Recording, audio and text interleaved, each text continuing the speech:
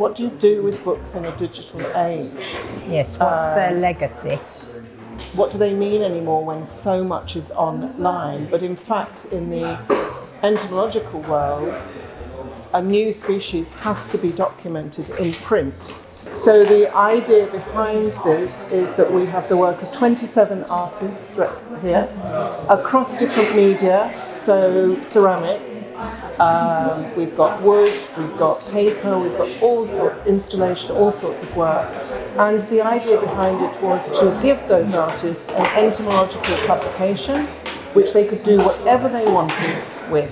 They could keep it quite visible, as some of the works are. They could tear into it, they could cut it up, they could dissect it, or it could be the starting point for an Odyssey for themselves. The installation here is a digital work with 2 short films in it, which were inspired by the original book that was sent to me, which was a book that focused on beetles. I have a real love of Kafka's The Metamorphosis as a novel. Absolutely love it. I've always loved it, especially the kind of combination of the surreal and the everyday.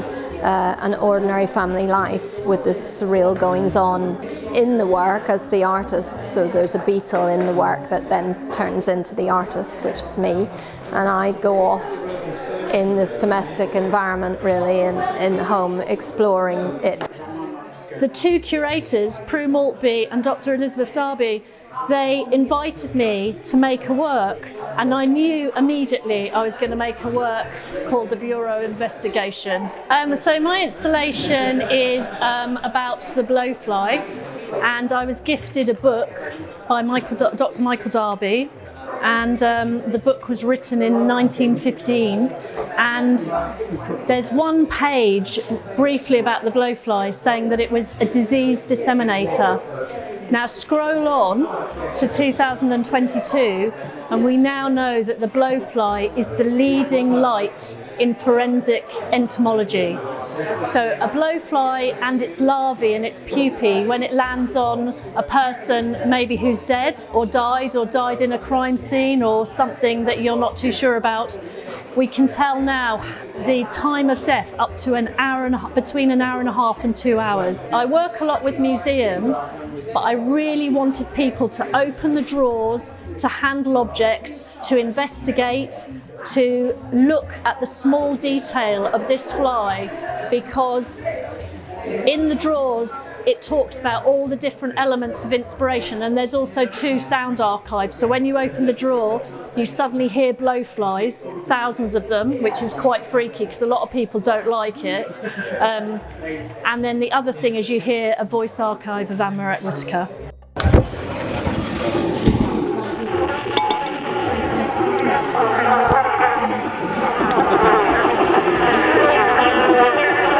So the wasps that I made for this exhibition are to highlight their importance. I don't think people realise how important wasps are.